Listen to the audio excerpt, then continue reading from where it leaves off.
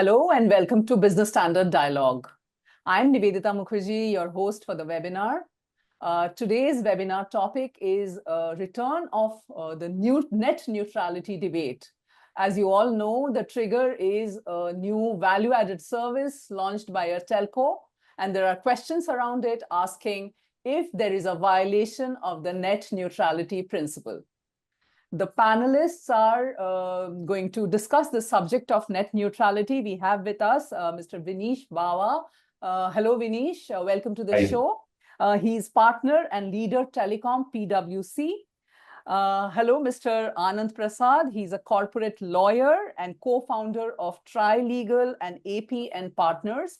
Welcome to the show, Anand. Thank you, Nivedita. And then we have Gulveen Aulakh, from Business Standard, my colleague from Business Standard, and she's been covering telecom for many years. Welcome to the show, Gulveen. Thank you, Nivedita. I'll come to you first, Vinish, and I'll ask you, what is this noise all about really? What has happened? Sure. Thank you. Great to be here. This is the only discussion where everybody will agree to the fact that internet is the most important thing. There is no debates on that, but everybody says that nothing can happen without internet. Net neutrality discussions, whenever we go to, everybody talks that internet is like, the most important thing. And this topic has been going on for a while. I think what triggered the recent, again, reoccurrence of this whole debate is, and I'll try to explain it in simple terms. In 5G technology, there is something called network slicing. It's a 5G feature. It's a technological feature that the whole network, the spectrum that you have in the whole network, you can slice it in parts and allocate for certain usage. Right? Typically, it's mainly for industrial use cases that I would need to do a factory on 5G. So I would slice the network and use it for that factory. So that's the concept of slicing. So what one of the service providers did was sliced a part of the network and said the priority premium customers who pay more would get access of that network because they are premium users, right? And that's where it caused the whole debate around, is it does it go against net neutrality? So it's a pricing, premium users able to access that all the time versus anybody else who also gets access to the network. It's not everybody doesn't. And the content and the platforms, everything is available for everybody. So, that's the debate about whether it's a distinction or not. So that's a short summary of what the debate is all about again. And do you have a view? Do you? I think, frankly, my view is as long as the access is to the internet, to the apps, to the content is being given for everybody, it shouldn't be a problem. It's almost like let's compare it with something else. Let's compare it with the broadband plans that we have at home. That you have a 1,500 rupee plan, you have a 2,000 rupee plan. Nobody's debated about that because you get different levels of the speed over there. So you get access to the platform, to all the content, etc. There's no discrimination, but the speed is different. It's almost the same way over here. I mean, end of the day, where do you stop? You pay more, you get business class, you can fly business class, same destination, same flight, same everything, start and end point, but you're paying different. So it's the pricing plan which is different. That's why they get access to that. So in my view, shouldn't typically be a net neutrality issue because content is not the problem. You're accessing the same content. Everybody's getting the same apps and everything. There's no discrimination over there. But that's, again, I know legalities behind it, and I'm sure Anand will answer on that, but that's my frank view. But Vinish, why do you think the name was changed? Why was the name of the service changed, soon after this controversy started? That again, it's because of the regulation, because of so much of noise that happened in the market. It was the name of the service was changed, but the fact of the matter is the service did not change, right? I mean, that's just a reaction, I would say. The intent was always if we are a premium user, we get access in some form and shape, priority to the network. Otherwise, the 5G use case goes for a toss. I mean, tomorrow, if you are giving this to a hospital network usage of the slicing, and the hospital is to do remote surgery, and they get allocation of a spectrum with this slicing, would you call it not net neutral? Because that's a service that you're giving to somebody on a premium price, right? So again, those are the whole 5G works in this way.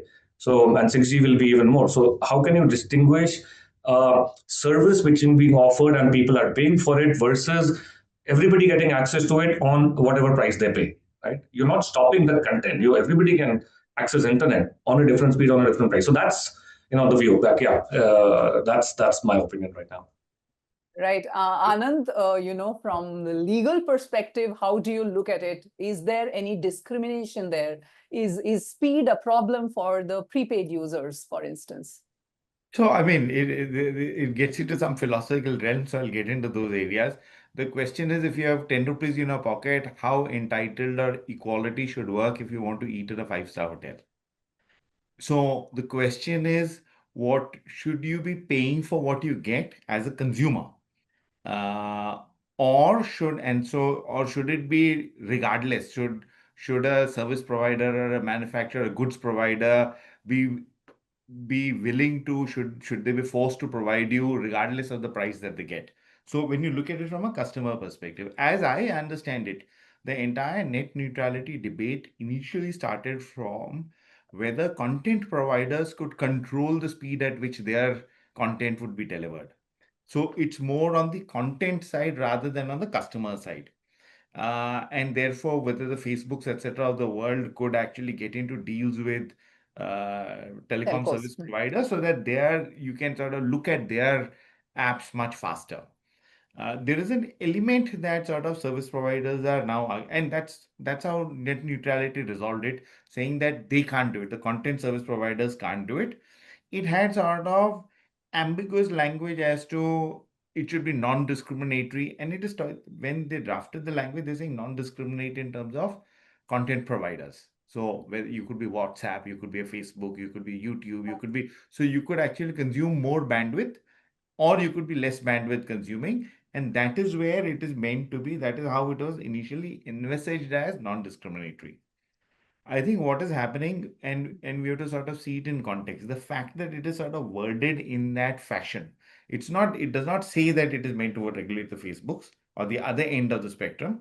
It does not, but the way the regulation is written, as if it regulates all players, which includes customers, or it could be interpreted, it could be read into to say that it should also apply non-discriminatory for customers. The question then you will ask is, should that the way the regulation should be read?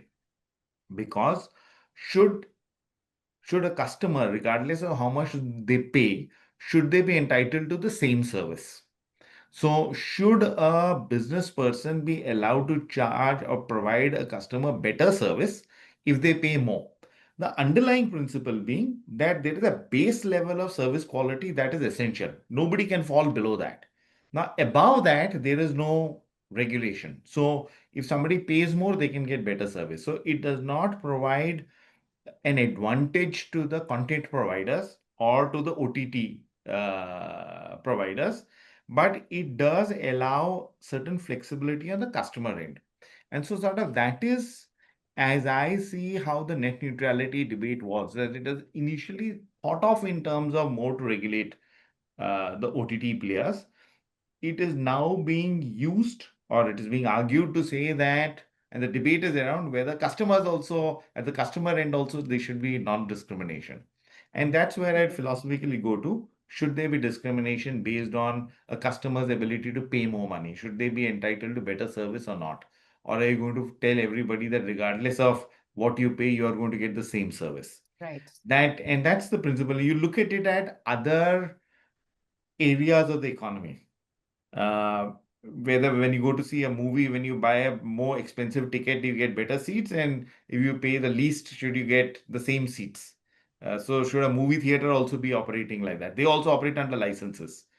So those are the kind of questions which are philosophical in nature that you need to think of when you think in terms But of non-discriminatory at the customer end. I just want to interrupt you. Gave the example of movie theater, but isn't telecom different from watching a movie? Telecom is like a basic service. So it is now, I mean, let's talk in terms of whether it is basic service or not. So in today's world, we start speaking of it as more of a basic service than it necessarily needs to be. So when they shut off the internet in certain parts of the country, it is not seen. Nobody dies because the internet goes. So it is basic in a certain sense. In the modern economic sense, it has a certain basic kind of element to it, but it is not basic in the sense of life and liberty kind of basic. And they both operate under licenses. Now and this is where I sort of make a distinction. So let me take another example of another sector.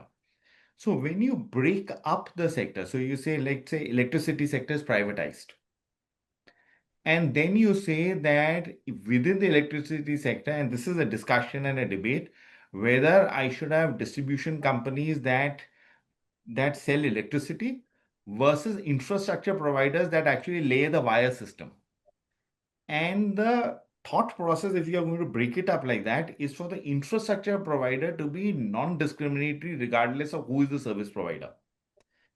That is how you would carve out and make that market. So because providing infrastructure requires a certain level of capital investment, it has got a certain scientific technological element to it, whereas buying and selling electricity is a sort of lighter on investment and technology in that sense. But if you have multiple distribution companies who are just sort of sellers of electricity, then I'll be able to switch with the same wire coming into my house. I'll be able to switch A, or A has become expensive, I'll be able to move to B. Just Right. like you could move it in terms of mobile portability. I mean, it is meant to function smoothly. It doesn't function as smoothly. Right. But that Just is another question that I have related to this is, one concept that became very, very, topical was whether it's a walled garden or not. So in this case, Anand, is it a walled garden or no? Do you? so the question is walled garden for who? Mhm. If it is a walled garden for the gardener, or is it walled garden for somebody who's selling flowers that come out of that garden or fruits that come out of that garden? Mhm. Or is it walled garden for the public at large? Now just imagine I have a mango grove and there is no wall. For the planter, for the agriculturist, is a different concept. For the customer, everybody wants free mangoes. So whose perspective are you going to look at? If you look at the gardener perspective, and this is a business that requires huge capital investment. And so therefore you sort of regulate that, you sort of have to keep that in mind, because if you make it a free for all for everybody, then nobody will build the garden. And so therefore, how do you look at wall gardens? What is the context? From which perspective do you look at a wall garden is very important. Right, right. I'll go to Gulveen. Gulveen, you've been speaking to people on the beat. So when you go to the regulator, what is it that you pick up? There were stories saying that regulator has a view, and off record, of course, that probably they will not take a harsh view on this. So what's happening there? That seems to be the view that is being agreed upon, largely because the regulations that we have currently, going by what the TRAI decided in 2016, and it was finally agreed upon by DOT in 2018, is that unless and until there is a clear discrimination based on content, uh, any particular service cannot be held as violating those net neutrality norms. Now, going by what the particular telco launched, and it basically didn't change anything. It was, you and I, or Anand or Vinish, we all continued to get the same service. So, didn't nothing changed on that. But the fact that it was called as a priority service. I believe that's what got everybody's attention, So and did also they get the name wrong in the first it place? seems so. It Probably. seems so. Because the moment you mention priority, that means you're prioritizing one against the other. In this case, that means they would have to clarify who were they prioritizing.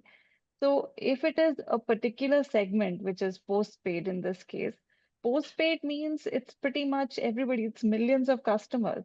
So there is no discrimination between the postpaid, but like within the postpaid category itself. So the telco is in the clear in this case.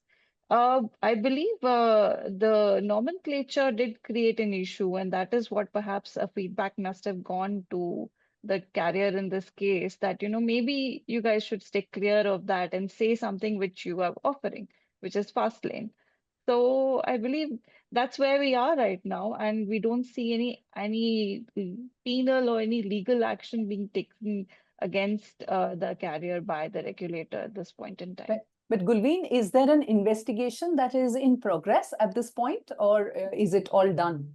To my knowledge, it's all done.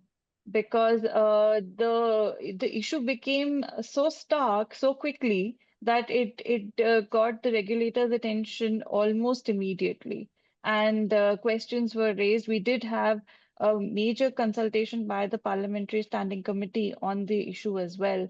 Officials from DOT were called, officials from TRI also made a representation there. And to my knowledge, there is representations, rather clarifications that the carriers, all of them, did make to the government, which were conveyed to the parliamentary committee as well. So it is done, but it was done at a very fast pace so that there is clarity on whether customers are being discriminated against in any way. It is largely a consumer issue that became the core of the matter. So It's at the moment, yeah, it at seems to be least done. something gets done fast. Gulveen, I'll come back to you. Vinish, Yeah. moving from the current case, have there been other cases also that you know of, after the last decade or so, when, it really became an outcry and, frameworks were formed and TRAI came into action, DOT came into action, and it was a global movement kind of a thing. So, if we go to the Nivedita, if we go to the history, why it all started, and I think Anand did touch on this. So the logic was the following: that the companies, the main content. Now, what do we see on the usage content? Say Netflix of the world, WhatsApp, Meta, all these are controlling majority of the content usage on internet basis. And they are putting massive networks for that content to be accessible. At home we watch this, so that their investments into the networks are very high.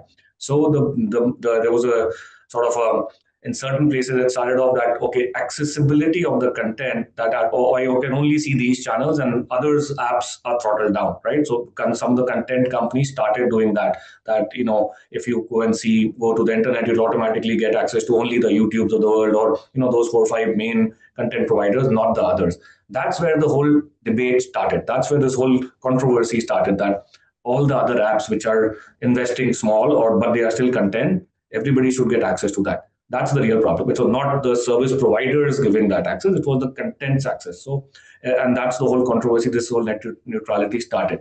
Now if we go to today's situation which we just covered, what will happen in the future? Now let's think about the use cases. Like somebody will start saying that when I store cloud, the people charge for cloud services also, right? Today you are all of us using phones that get stored on a cloud. Now there everybody gets access to a certain free cloud, and if you pay more money, you will get more cloud, right? So now isn't that net neutrality also? Because where will I store my data if everybody is getting, there is limited amount of cloud which is available. So that can become the next controversy also, is what I'm trying to point out. So historically it started with the content, and then that was real cases that happened. Certain content or the content companies started giving priority to only those specific companies rather than everybody else, right? And then now then it was quiet for a while, and now this controversy re-erupted. But it's important that we're touching this point now, because it is going to hit worse. The technology, the way it's moving, is becoming more and more as you use model, right? There are something you would have heard, a technology called network as a service or anything as a service.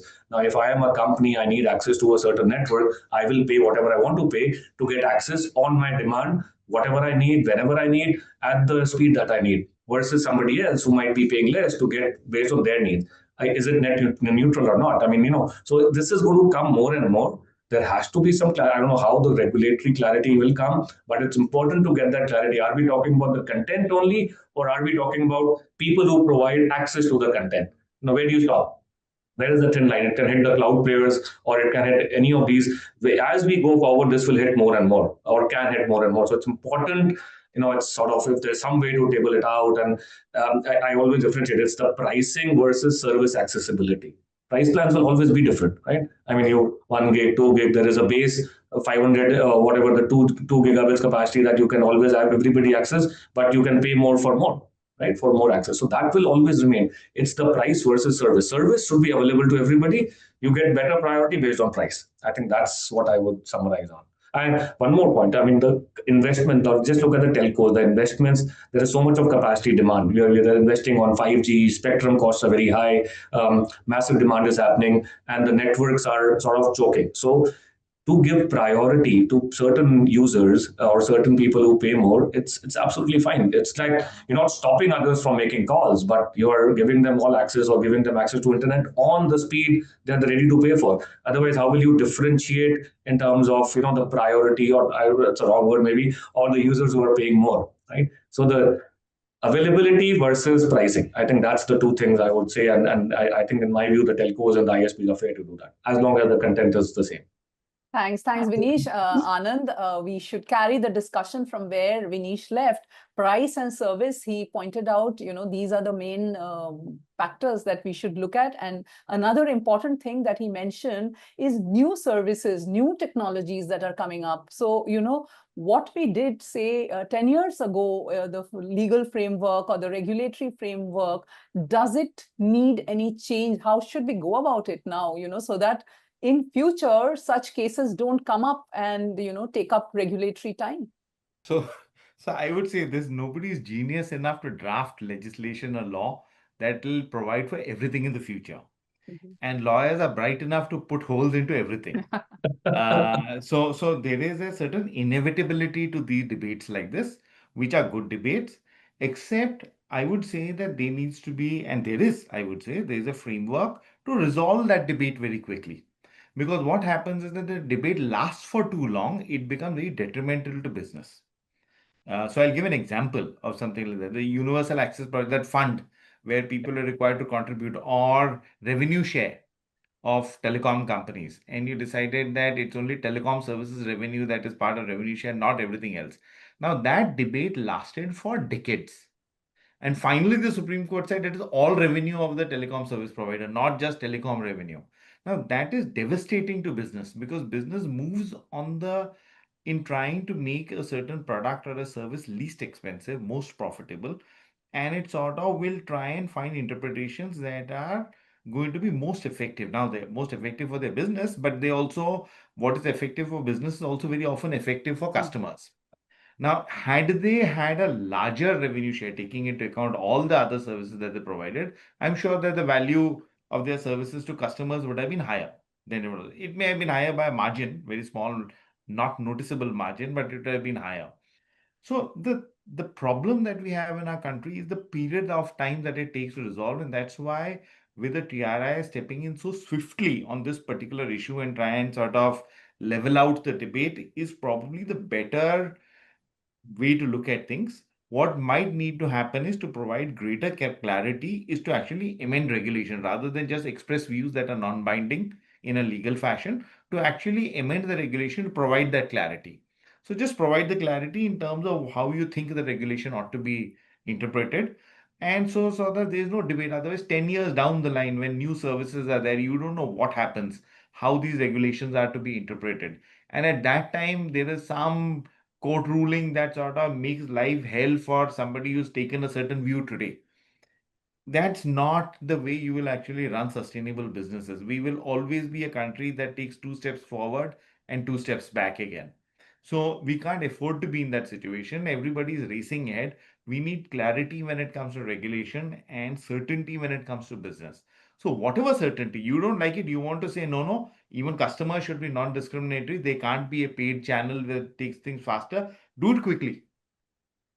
Don't leave uncertainty, so that everybody knows the four corners that you operate in. Now, and I don't agree with that view. I think that customers, as long as there's a basic threshold quality of service that you maintain for all customers, somebody that pays more should be allowed to sort of get better service, is the philosophical place where I come from, which is kind of consistent with the way industry and regulator is moving on this particular issue. But if there is, let's say there's somebody that believes that it should be the other way around, then please do that change very, very quickly to regulation. Do you think TRI should get into another consultation on this, or that will again be a very, very time-consuming affair because you are emphatic on the timeliness of clarity? See, if the TRI can do it very quickly, no problem with TRI. But if the TRI is going to take 3-4 years to get this done, then it is not desirable at all. Right. Vinish, you have any thoughts on Yeah. that? No, Should I, TRI? In my view, yeah, it's time is obviously of the essence because the way technology is changing, by the time you decide and put a regulation, something else will come up which will make it even more complex. But this specific thing, I think maybe it's good time to do some quick, and we have seen things moving quickly as well at times if they have to take a decision. Important to get a regulation done from what it was earlier to today's world, where technology has already moved fast ahead in terms of giving access to people who need it or to industries who need it, because it will become an industry issue very soon, not consumer. Right? Every industry can get access to a network. Now, somebody will say that network should have been available for consumers. Why is that manufacturing company taking, or any company taking access to a spectrum which should be available for everybody else, which is slowing down something for the other, right? So those debates can happen. So sit into a room, get into a discussion, but do it faster. I think absolutely it's a good time to do it because 5G has moved now in implementation. Say the use cases are available. We are already talking about 6G in the next 3-4 years. So it's a good time to now. It hasn't happened for a while. And as I said, the cloud data, all these things have started adding up also. So good time to have that discussion. Good time to have that discussion. I'll come to you, Gulveen. What are the telecom companies talking about? They made some noise initially. Have they, gone quiet, or are they still talking about this? Well, we know of one in particular who's continuing to talk. In this case, because it actually brings us to a very curious point, because there are two of them which have standalone architecture, sorry, which is a different technology, and the one that is making the most noise has non-standalone architecture. So basically, they're appear to be at the back foot, but not entirely. But it's a good marketing ploy to be in the news, because you need to get attention of the customers that you want to keep, as well as get new customers. So three things are happening here. One, of course, is the marketing side of things. The other is at the same time the technology part. There is a need for clarity on technology regulation, which the telcos have actually asked TRAI for in bits and parts, because there is no complete or a overarching consultation on net neutrality that is currently going on. The matters have been settled. But to Vinish and Anand's point, absolutely, I think there is no reason why this regulation cannot be looked at again, primarily because the traffic management practices have not been as clearly defined as perhaps they should have been, considering we are already in the 5G era. There are predictions that our entire customer base will be 5G in a matter of, say, 3 to 4 years. So, it's TRA being TRA can actually pick up the ball better and faster than the others and get things rolling. Right. Time is of the essence for sure. Yes, absolutely. But telcos will make sure that they stay in the news. They have customers to protect, they have revenues to protect. So they will continue to keep talking about it.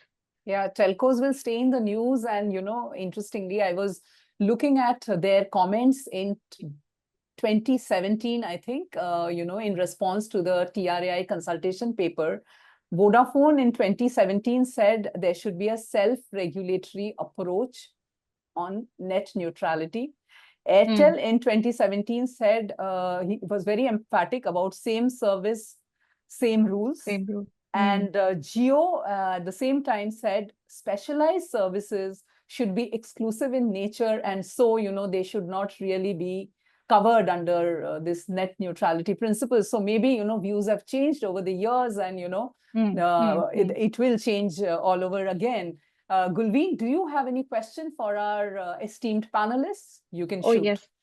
I do want to get a sense of, what the point that Vinish made very interestingly about service versus pricing. We are at a time when, the rules at the time that they were made in 2016, 2018, data was not the data that we use today.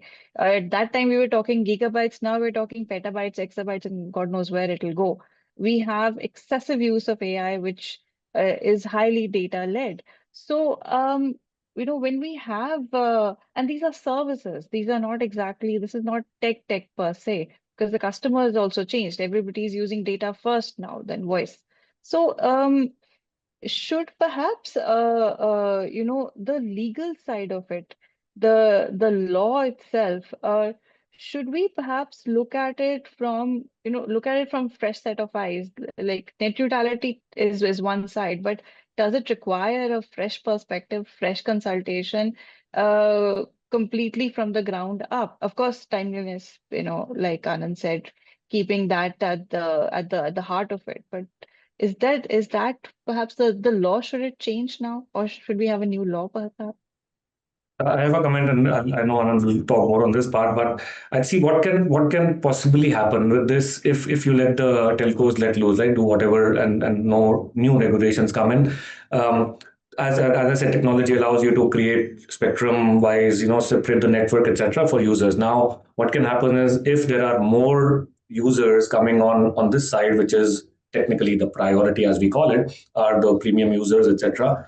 The other side can start degrading, right? Then you can the networks can start degrading because more investments on the network come on for these users, which is giving more money to operators. That can happen. Now, is somebody tracking that? Is there a way to track that? Can we see that the investments are so that the base is covered, so that you're not sort of compromising in giving the say basic coverage to everybody? That doesn't get compromised. Right? So that's one thing, to some way of tracking that, some kind of regulation around that. That's one. Two, obviously the monetization is more on the premium users if that starts happening, because that's a swim lane. You're giving dedicated coverage, dedicated networks. So what happens to the other side? Again, the quality, the investments, the capex which is flowing on those networks can change, right? So how do you regulate that? That's something that, in my view, I don't know, Anand, you maybe love to hear your comments. If there's some way to regulate that, if there's some policy that can make sure that doesn't happen, again, so that basic services are not hampered and can be tracked. It's very different than tracking the home usage of broadband, where you know that, okay, you cannot throttle below a certain number.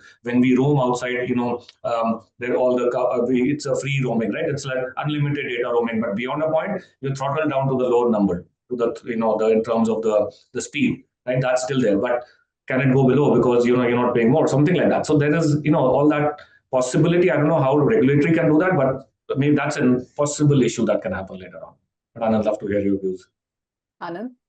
Okay, so I'll take a step back and sort of get to some underlying issues that sort of exist with something like this. So when we think in terms of quality of service, the question that you ask yourself is, why does quality suffer? Now, obviously, if we are just talking at the present level as we are speaking, if you allow for a higher paid customer to get better service, expect that a lot of investment would go to attract and build the size of that higher paid customer.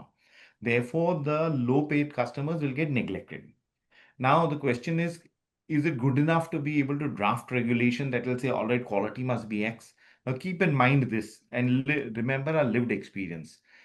Before the cancellation of the 2G licenses by the Supreme Court, an idea of call drop was almost non-existent. Yeah. Now, with cancellation and with the rebidding, what happened is that a lot of money, capital got eroded. New capital had to be brought in to actually buy new spectrum. It sucked away money because, see, money is a limited resource. It's not as if people tend to forget. They think that there's an endless amount of money out there. Money is a limited resource. You will either put it to spectrum cost, you will put it to infrastructure cost. So what happened is most of the money got used for spectrum purchase.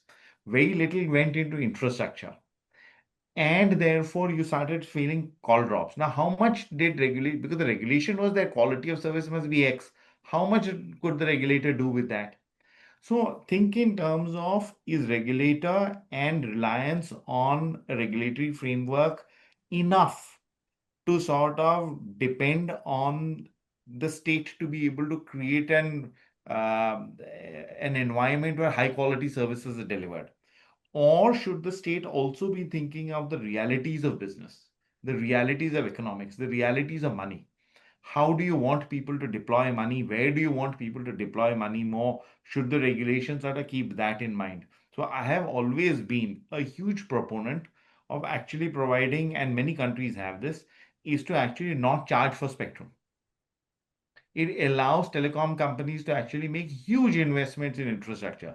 The question is the amount of equated to tax. Is that the amount of revenue that the government gets from tax on spectrum? Is that more valuable, or is it more valuable to provide high quality service to the entire population, which will then spur on the economy, and the taxes that you'll get from there are going to be much more than you will get from spectrum sales? What is the better thing? And these are sort of philosophical ideas. The same thing I would say in this context is, and I'm talking about whether regulation is going to be good enough, is to keep in mind the entire use of capital. How should capital work? What do you want the capital to do? Do you want it to sort of empower the common person? Or do you want the capital to sort of fill in state coffers? Because that comes at actually a cost of the common person and the services. So what happened when the regulator went, when call drops happened? People said, look, we don't have the money. What do you expect us to do? If we don't have spectrum, it doesn't matter what infrastructure you build, I'll not be able to provide any service without spectrum. So I need to buy, and if you are open auction, then I need to sort of be in the game. I need to put in as much money as I can on spectrum, leaving very little for infrastructure. So these are realities that very often not only our policymakers but our courts seem to be completely sort of unaware of when they take these kinds of decisions. So these are very detrimental to business. They are very detrimental. And what is detrimental to business ultimately becomes detrimental to the common person. It disempowers the common person. Today, think in terms of the empowerment. Forget about economics.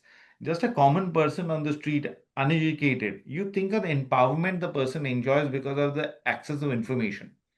He or she need not need to even read and write, because he can hear, you can understand language, you can actually gather knowledge in various ways.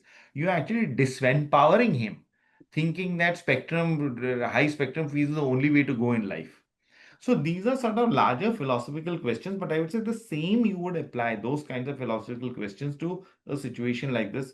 Is that should you be very regulation reliant? And I'm not making a case that regulation should die at all. Regulation is needed, but there is only so much that regulation can do, because beyond a point, people just put their hands up and say, sorry, I can't do it. Business can run. You shut me down then. And therefore, you put yourself, by relying too much on regulation, you put yourself in a place that you actually you do more harm to the customer than to anything else. Yeah, we are almost running out of time, but we'll take one audience question related to what you were saying, Anand. The question is from Bhavik Jain. The question is net neutrality desired in today's day and age from the perspective of consumers, firms, and states? So when you talk in terms of firms, there are two kinds of firms. One is the telecom service provider, one is the OTT. The OTTs that have got a lot of money and a lot of capital don't like net neutrality, because they can actually capture capacity and therefore put out of business new enterprise that comes up. So people who don't have money, startups, people who don't have much money in their pocket, those you sort of look to stifle by use of capital. If you look at the telecom service provider, their interest lies in getting as much money as I can and making the service more profitable. When you look at the customer actually requires balance. A customer, because their customers are different kinds. There are customers that can pay more money, there are customers that can pay lesser money. But a customer needs balance that ensures that at least a certain base level of service is provided. Now, think in terms of what is base level of service. If I say X is the base level of service, new technology creates OTT or services that are going to consume a lot more capacity. Now, this level that you have said is the base level is no longer good enough to access that service that is out there. So there is it's not something that is black and white in that sense. Is that I would say first, always think of the customer. What works for the customer is a balance between the service provider and the OTT provider. And the state's role is just to make sure that all this is working well so that the customer is benefiting maximum. And in a country like ours, the greatest tool for empowerment is information. Access to information is what is most critical. And I would say that's how I would look at it. There's no clear black and white, yes, no type of answer. or A is better than B. But I would say you need to look at it from a customer perspective. But for it to work for the customer, these other things also must work well. I have a last question to ask, which is, banning of platforms or stopping platforms. Does it get covered under net neutrality at all or no? Vinish or Anand, whoever wants to take that question. Vinish, go for it. The banning of platforms, every platform which is giving access is not an issue, right? Banning of platforms, if you're getting a priority for it, I mean, to simplify it, if that platform is the only platform that when you go on internet is available and no nothing else is available, that's banned, right? But if that platform is available and others also on a certain basic quality of service, that's fine, right? So I don't think banning of platforms is net neutrality in that sense, right? As long as you get able to access based on the certain minimum quality of service. But again, I don't know the legality part of what's Right. written in the law book.